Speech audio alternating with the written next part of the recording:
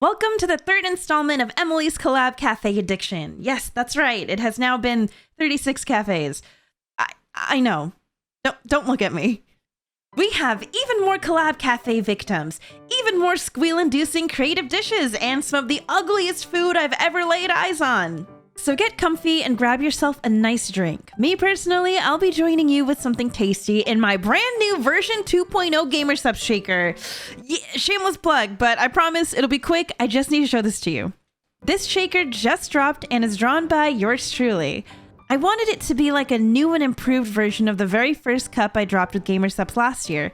And I loved the first one, but 2.0 had to be better. So this time, the shaker is double-sided with a design on the front and the back. This cup will be available for pre-order for just 2 weeks, and then it's gone forever. So if you missed out on the first cup, or you want to update your collection, you can pre-order through the link in the description and use code EMIRICHU at checkout. If this launch does well, I may even get to work on my own customized Gamer Subs flavor. I really love how this design turned out, and I hope you do too. So happy launch day! Now with that being said, let's start off with the very first collab cafe on the list. Number 1, Creamy Mami at Cafe Zenon in Kichijoji. To those unfamiliar, Creamy Mami is a magical girl anime released in the early 80s about a 10-year-old girl who's granted the ability to transform into a 16-year-old pop idol. And you may be wondering, why on earth is such an old anime getting a collab cafe? Is it getting a remake? Was it an anniversary? It's neither! Apparently, there's a Creamy Mami collab at Cafe Zenon every year around Christmas time. So back in December, I decided to go with a friend who really liked watching Creamy Mami when she was a kid. I thought and hoped that maybe the food quality would actually be pretty good this time, because Cafe Zenon isn't a venue for collab cafes. They serve actual hearty bar food and function like a regular restaurant. They just so happen to also have a Creamy Mami menu on a yearly basis. The first thing we ordered was the Magical Change cocktail, which came with a very cute cutout on the rim of the glass. It was supposed to change color when you dropped in the star-shaped fruit, representing the transformation aspect of the character. Unfortunately, though, the color wasn't changing for my glass in particular, and the waiter deduced that since I ordered the alcoholic version of the drink, maybe it was messing with the pH level. So he brought out a regular version, and it actually worked. It's a really subtle change, but it changes from dark purple to a more pinkish color. Here's how it looks side by side. For our meal, we ordered a creamy cheeseburger which came with star-shaped hash browns and french fries.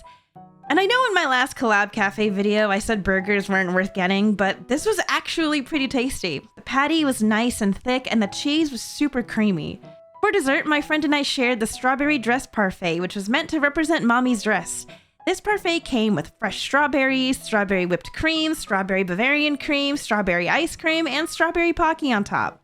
Which sounds exactly like my kind of dessert, and it was really good. Instead of the usual coasters, we received a free magnet for every item we ordered. This cafe was pretty good, and I can definitely see myself returning on like a regular day for lunch or something, and also for their next Creamy Mami Christmas collab. I give this one a 4.6 out of 5. Number 2, Suzume No Tojimari at Box Cafe in Shinjuku. We've been to this particular venue a few times before, and this time it's to commemorate the release of Makoto Shinkai's latest film, Suzume No Tojimari, which we actually still have yet to watch. And for this cafe, Didus and I brought along Manu, who did watch the film. The first thing that Didus ordered was the potato salad fried udon, which was a dish featured in the movie. Didus is obsessed with fried eggs, udon, and potato salad, so he ended up really liking this combination. It's a bit pricey for how much udon you actually get, but that's to be expected at a collab cafe like this. I ordered the sparrow chair sandwich, and I was really impressed at how cute and creative the sandwich was. There was a super thin layer of egg crepe to make the chair color, and little breadsticks for the legs. The sandwiches themselves didn't really taste like anything special. It was like any other egg sandwich and ham and cheese sandwich you'd find at any konbini, so the presentation definitely carried this one. Manu ordered the dashi ochazuke, which initially didn't look like much, but once he poured the broth in and cracked it open, there was a tasty surprise of salmon and fish eggs inside. This tasted really good, and he thoroughly enjoyed it. Next, we shared the Calamity Earthworm door lock crepe, and I have no idea what scene this one is referencing, but I thought it looked really cool. It was like a rolled up crepe in gelatin with cream and frozen fruit and some cereal flakes.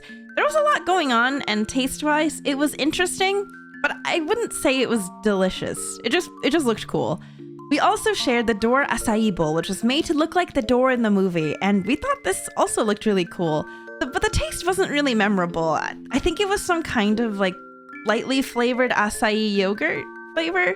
Again, the presentation carried. I also ordered the Tokyo drink, which came with some jelly and silver pearls on top.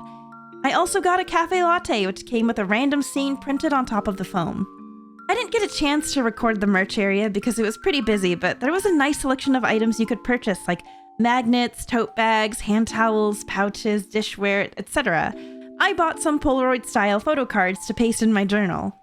Overall, I was really impressed at the presentation of the food, which is honestly some of the best I've seen at a collab cafe.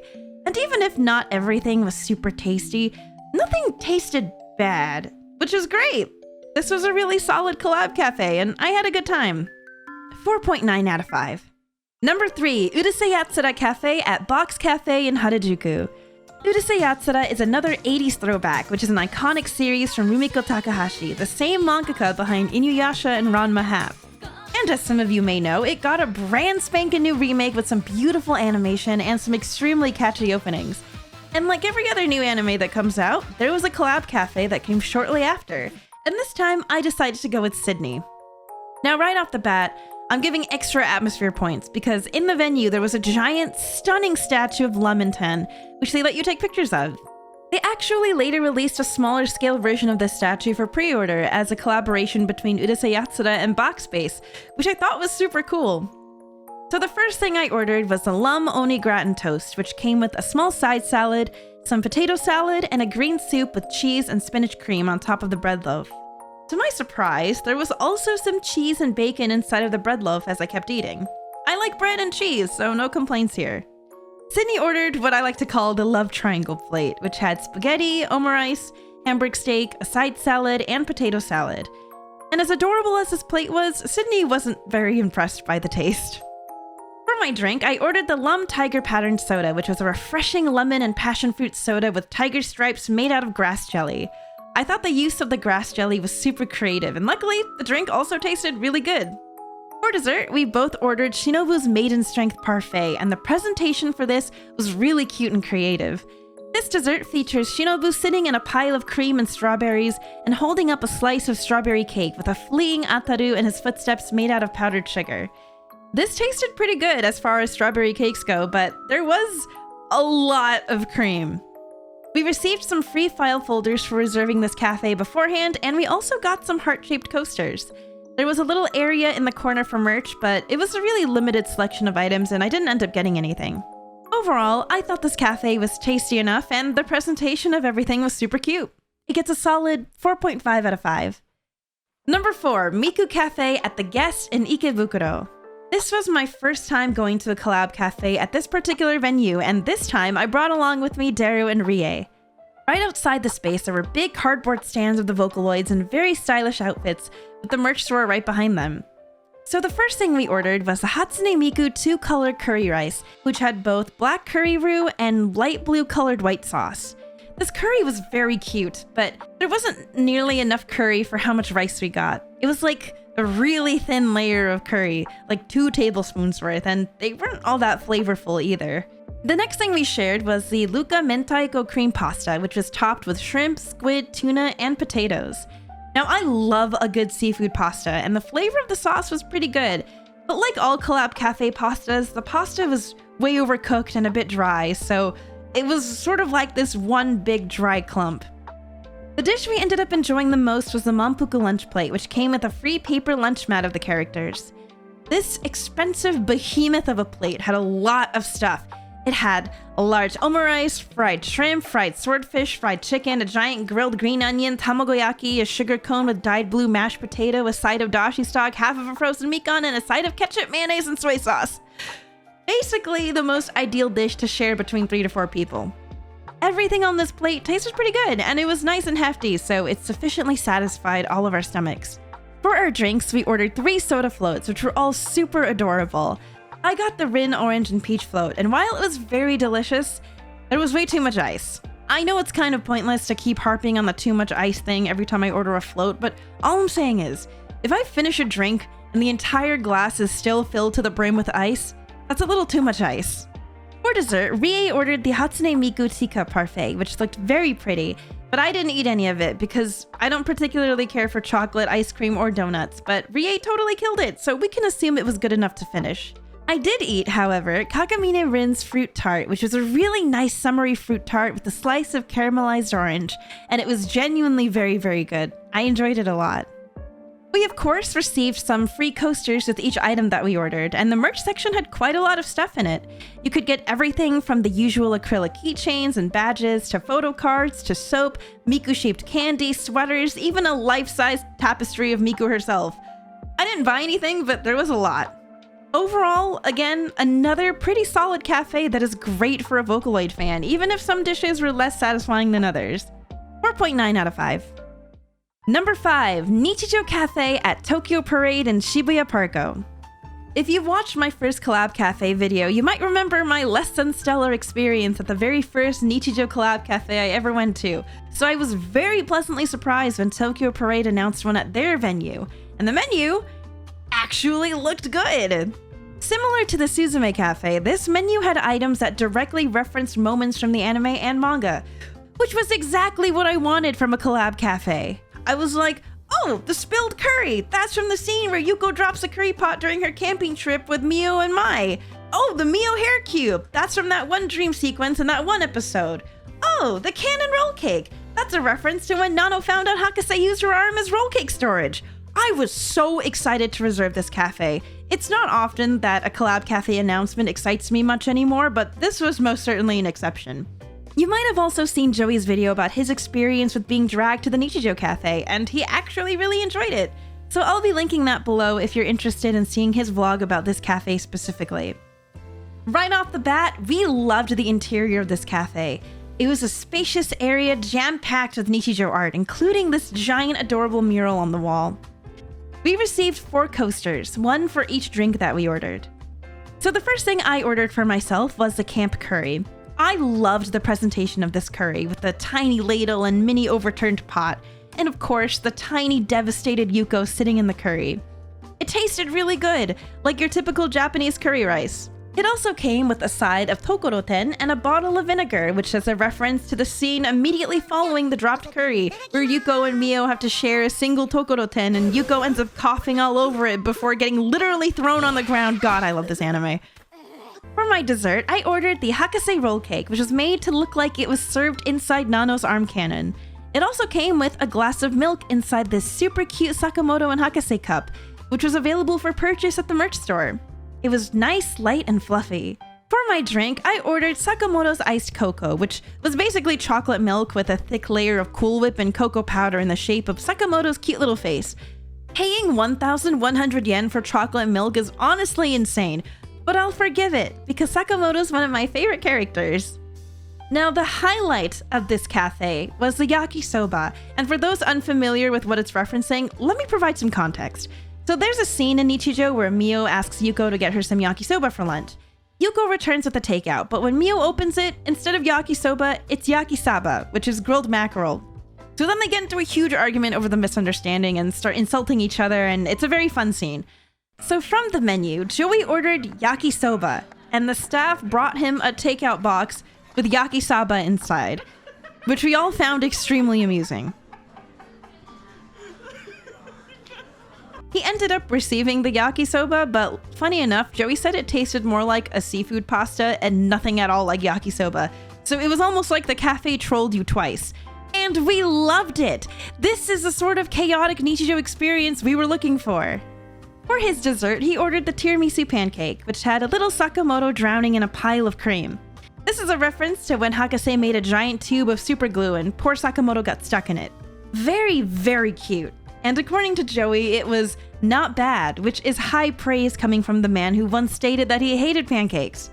Nabi was also along for the ride, and for his meal, he ordered the bacon egg burger, which came with a very effed up looking mismatched burger, ankoro mochi, and a side of miso soup. This dish was a reference to the random things Mio was saying when she was pretending to be hypnotized in chapter 127 of the Nichijou manga. And for his dessert, Nabi ordered the wood cube toast, made to look like Mio's hair accessory. Once he cut into it, it revealed some custard cream and blueberries, which tasted pretty good, but the outer bread part kinda tasted like stale bread. For his drink, Nabi ordered the Nano Oil drink, which was a delicious, refreshing peach soda. In addition to the memorable presentation of both the food and the venue, the merch for this collab was fantastic. They had everything from keychain plushies to hoodies and sweaters with Nichijou art. My personal favorite purchase was this tote bag of Sakamoto hiding from Hakase.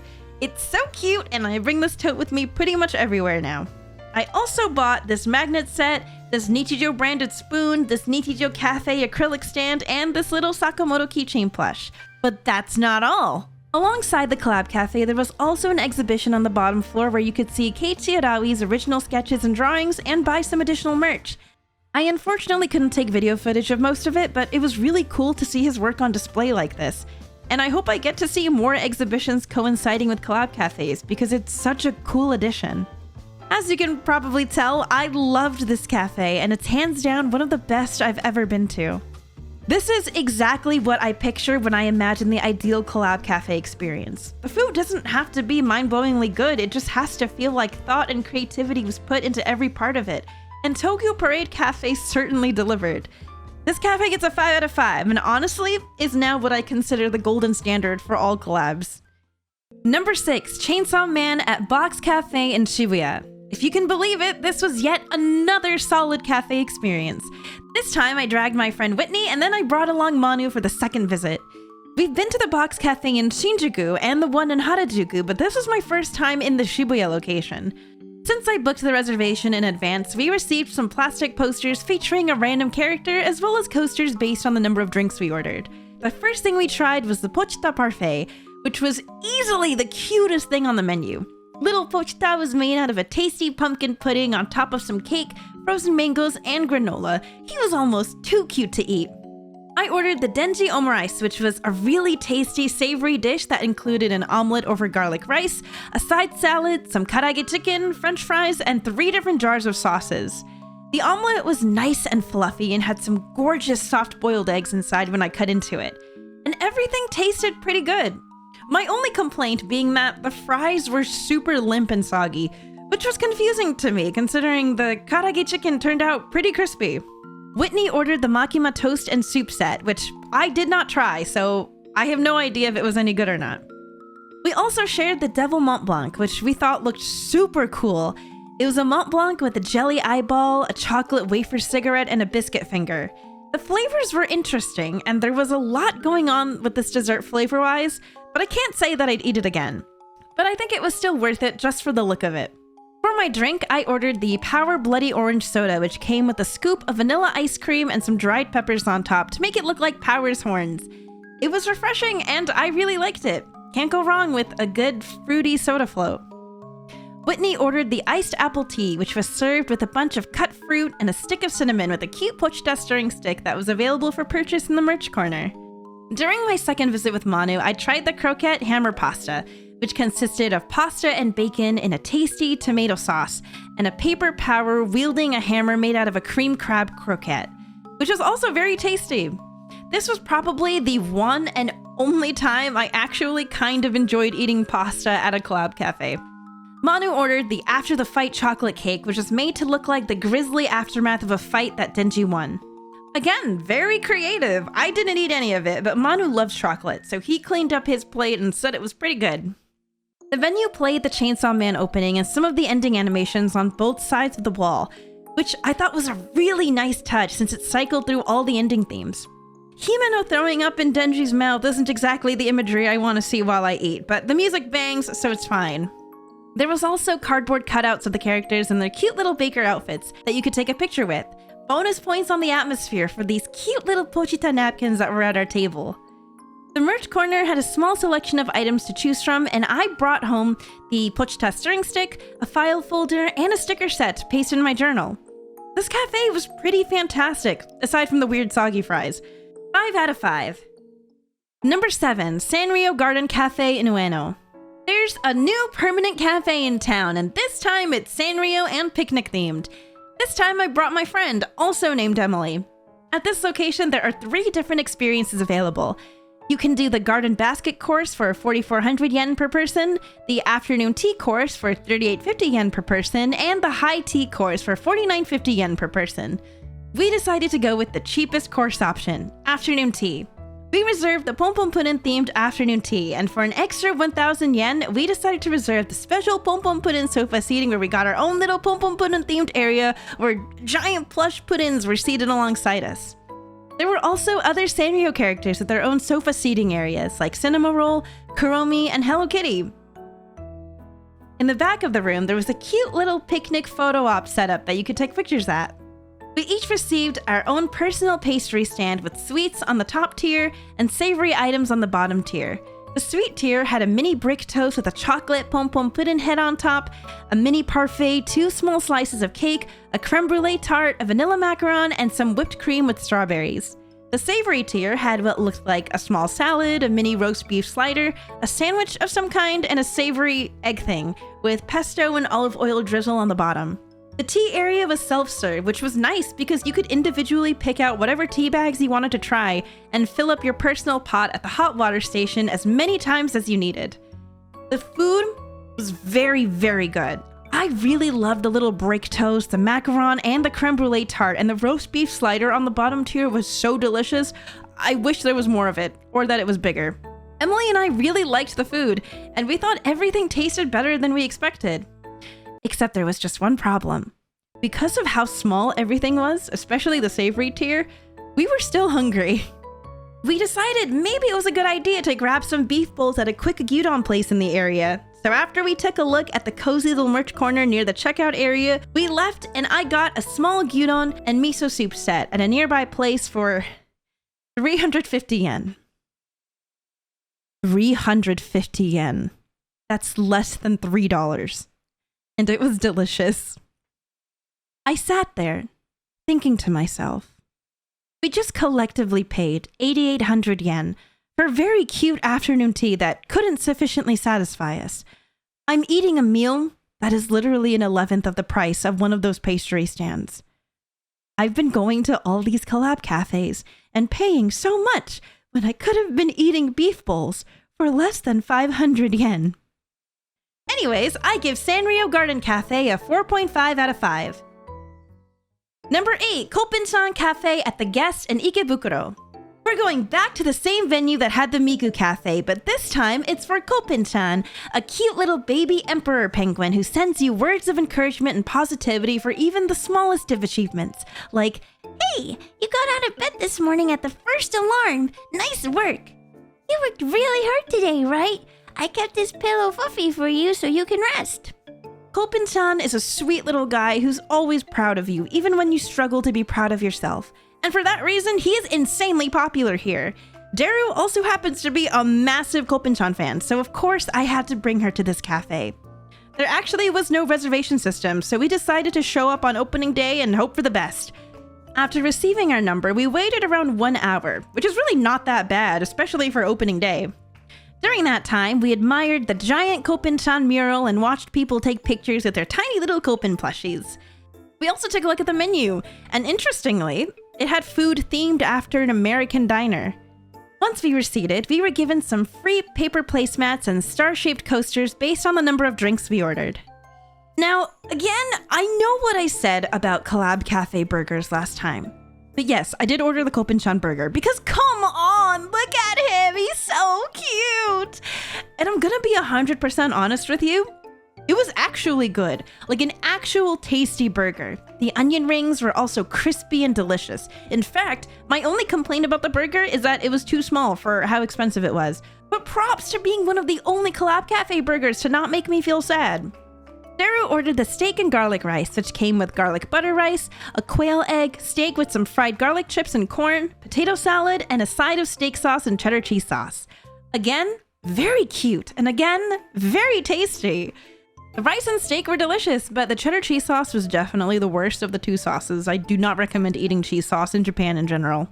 The third thing we shared was the weakest of the dishes we ordered, and that would be the cheese pasta.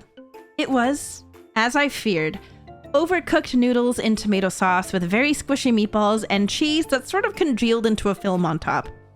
Like, it wasn't inedible by any means, but considering how good the other 2 dishes were, this one was a bit of a struggle to finish.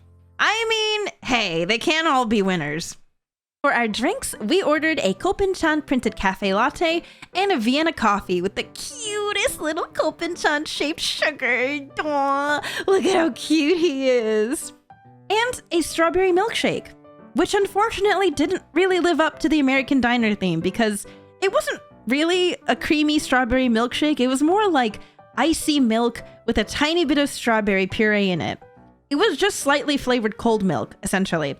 Lastly, for dessert, we shared the Koupen-chan caramel sundae, and it was a delicious team effort.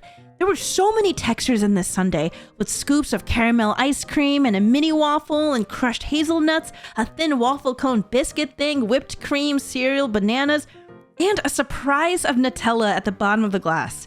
This was the perfect shareable dessert, and for once, it was a collaborative effort and not just me eating 2 bites and giving Daru the rest. The merch section had lots to offer, most notably these very cute pieces of apparel, but also tote bags, plushies, dishware, fridge magnets, a bajillion stickers, art books. I could tell there was a lot for the average Koupen-chan fan to choose from because Daru was struggling to not throw everything in her handbasket.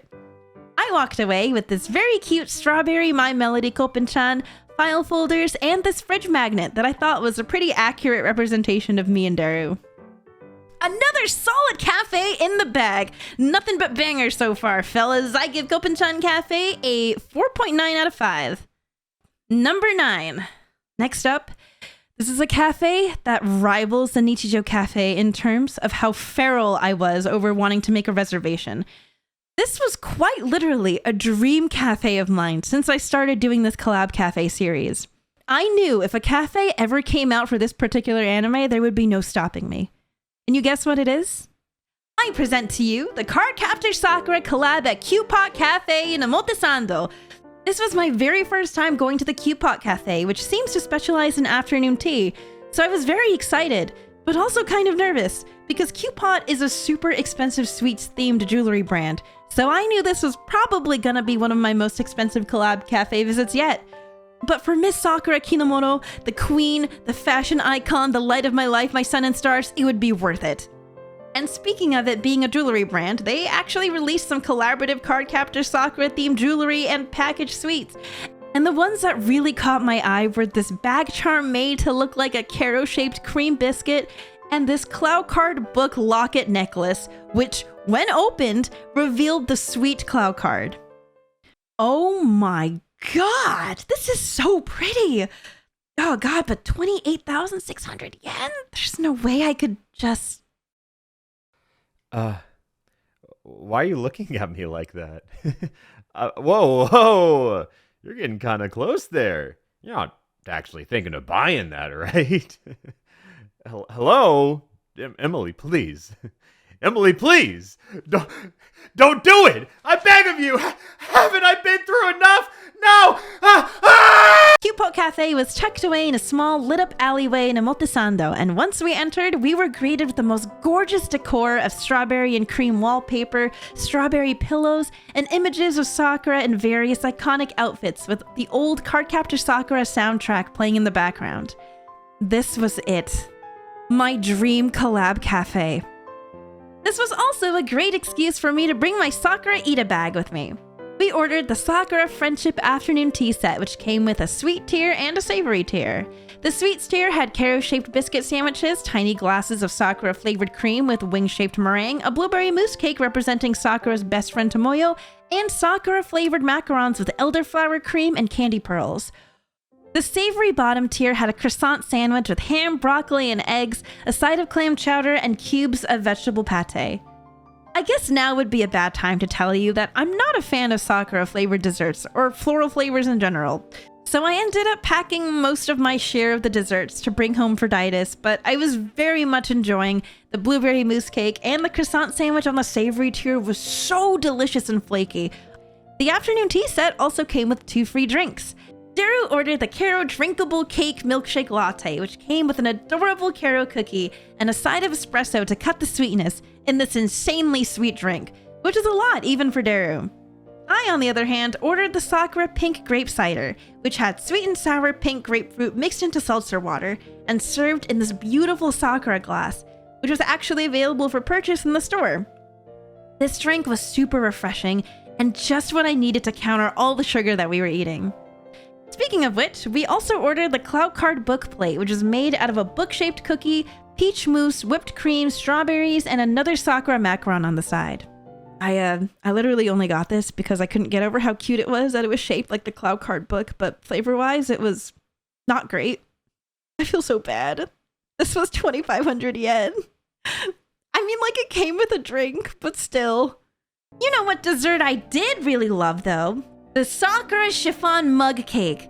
This cake, made to look like Sakura's iconic dress, was a deliciously moist cake with pistachio mousse, Sakura whipped cream, a red velvet cookie bow, and meringue wings. This was hands down my favorite dessert at the cafe, and the best part? You got to take home the cafe exclusive mug that it was served in.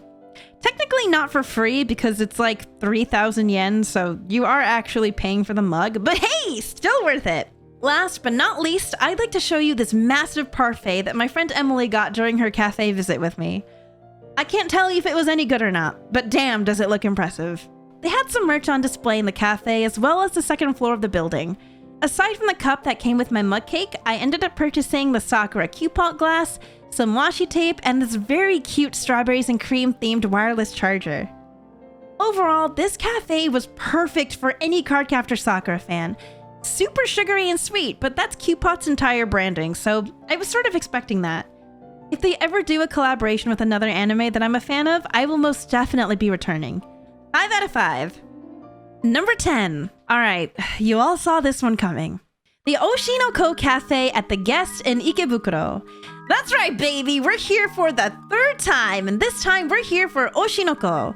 I initially went to the Oshi No Ko collab at Sweets Paradise in Ikebukuro, but it wasn't really that good, and I didn't have much to say about it, so I was glad there was finally a proper-looking Oshi No Ko Cafe. This time, I brought along Daru and Masa, both of who are also big fans of the anime and manga.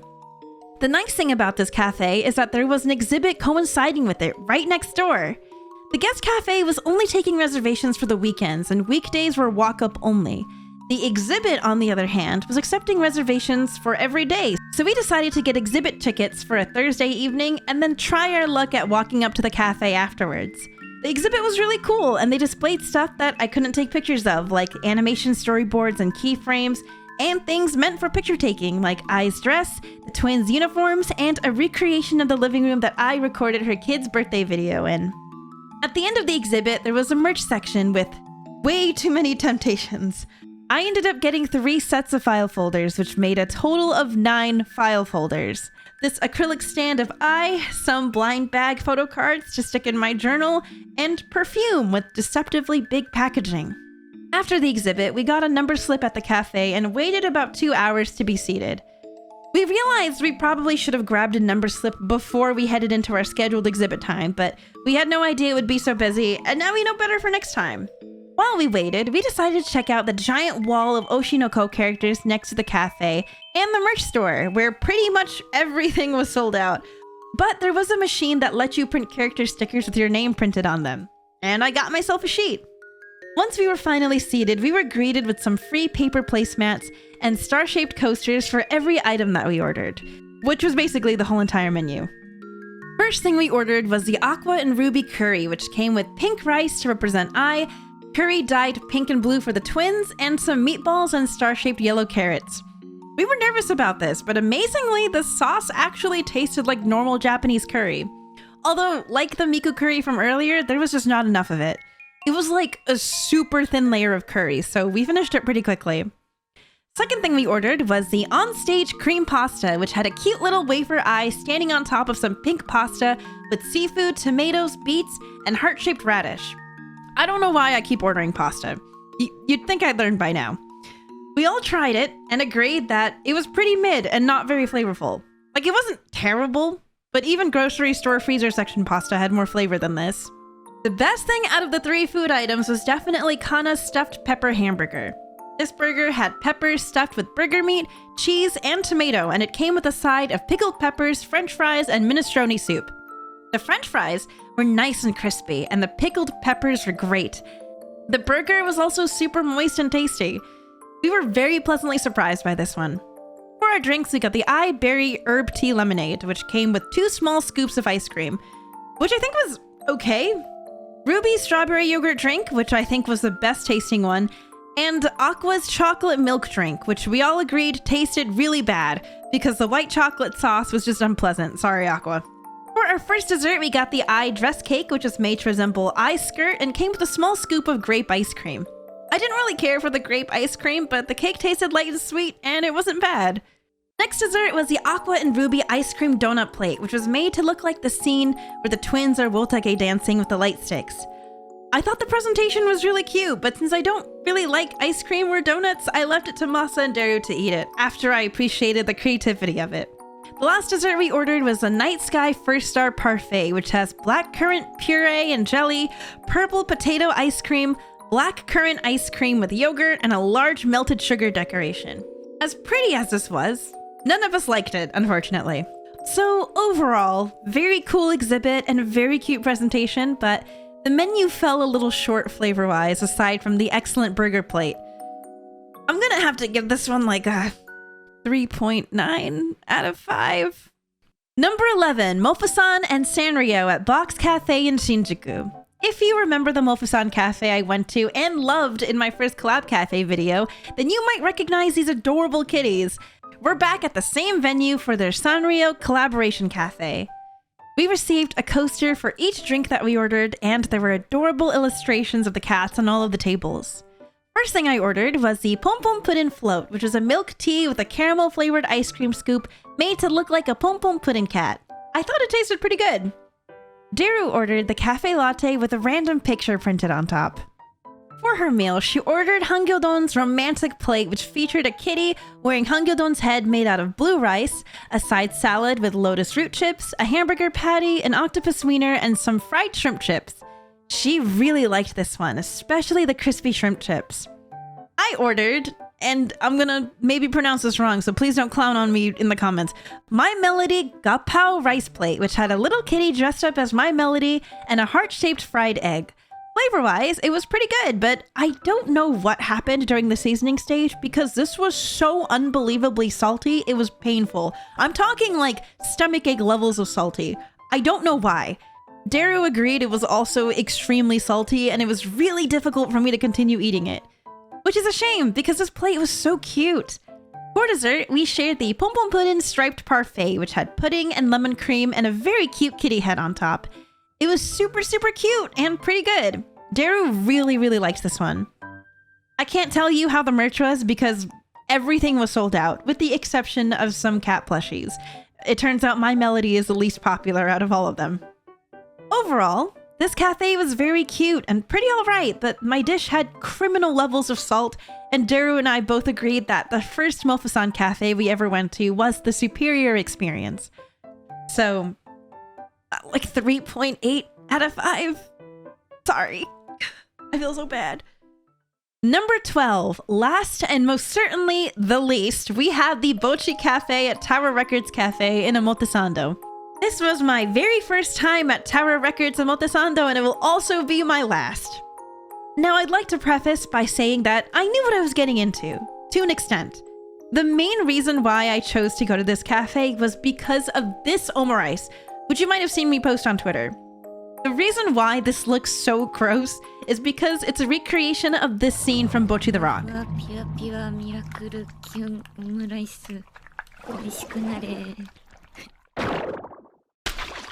I loved this scene, and I thought the cafe going out of their way to recreate a nasty-looking dish on purpose was very funny, so I was sold. And the unfortunate victim who I brought along with me was Garnt. The atmosphere was nice and chill, and there were some very cute decorations of all of the girls. You could see the kitchen in the back, the seats were nice and comfy, it looked promising. We even received some free fabric stickers made to look like backstage passes, and a set of postcards of the girls. I thought, wow, I wasn't expecting this. You know what else I wasn't expecting? Having to pay the mandatory set menu fee of 3,980 yen per person, meaning you had to buy a drink and an entree and a dessert.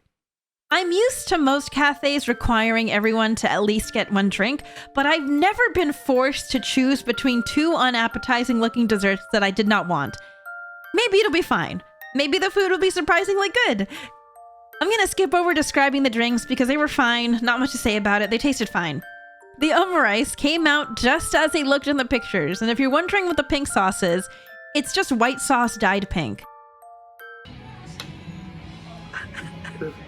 Oh no. Holy shit.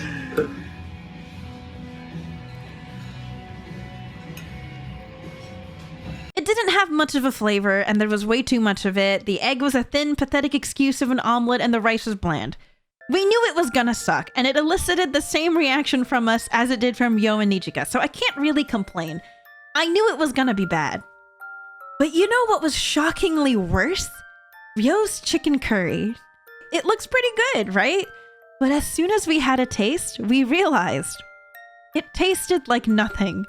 It tasted like a slightly sour tomato-y sauce with no other semblance of a flavor profile. How do you mess up curry? How? We're in Japan! They sell the curry flavor blocks at the supermarket. Chicken curry is one of the easiest dishes to make. This tastes like tomato and water. Is this a social experiment? Am I on candid camera? For dessert, Garn ordered Nichika's Yume Starry plate, which came with a slice of chocolate cake, some fruits, and my enemy, yuzu sorbet.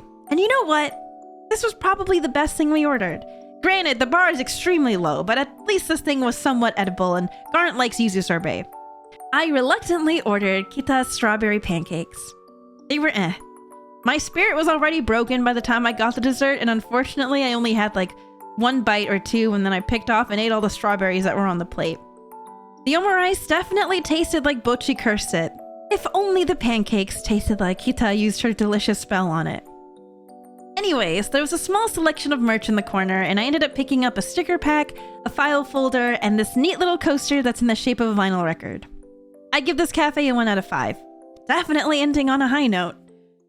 Every time I check another one of these cafes off my list, I always think to myself, I could have been one of those Japan-based YouTubers that showed really cool, obscure, hole-in-the-wall food spots, like, I took a trip to this restaurant that seats a maximum of 3.5 people off the mountainside in Yakushima, where this 98-year-old man has been making noodles by hand for the past 70 years, and each bowl is only 600 yen!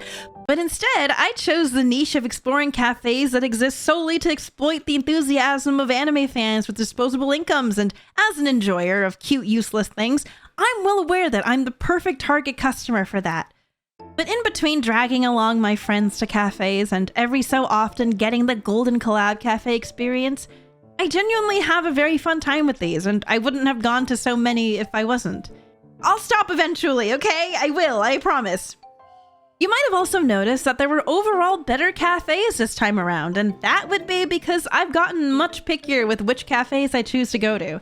After going to over 35 of these, I've gotten pretty good at figuring out if a cafe is worth going to by just glancing at the menu or seeing exactly which venue it's at. And if I have a really good experience at any one particular venue, I keep them bookmarked in my head for possible repeat visits, which is why you'll see that I've gone to the Box Cafe in Shinjuku and the Guest Cafe in Ikebukuro multiple times, because I know for the most part I'll get a pretty solid experience. There's a video that I'll make sometime at the end of the year that'll be like an extensive guide on all the tips and tricks I've picked up while collab cafe hunting, which will include info I haven't had time to put in my previous videos. I'm just giving the topic a test run at a few cons I've been guesting at in person this year. If you stayed until the end, thank you so much for watching all 44 minutes of this beefy video. I never want to work on a video this long ever again, and I think I have like one more of these types of collab cafe videos in me. I got like one more in me, and then I think I'm done. And just a reminder, my Gamer Subs Cup is available for pre-order for 2 weeks. All right, I'll see you again soon. Bye.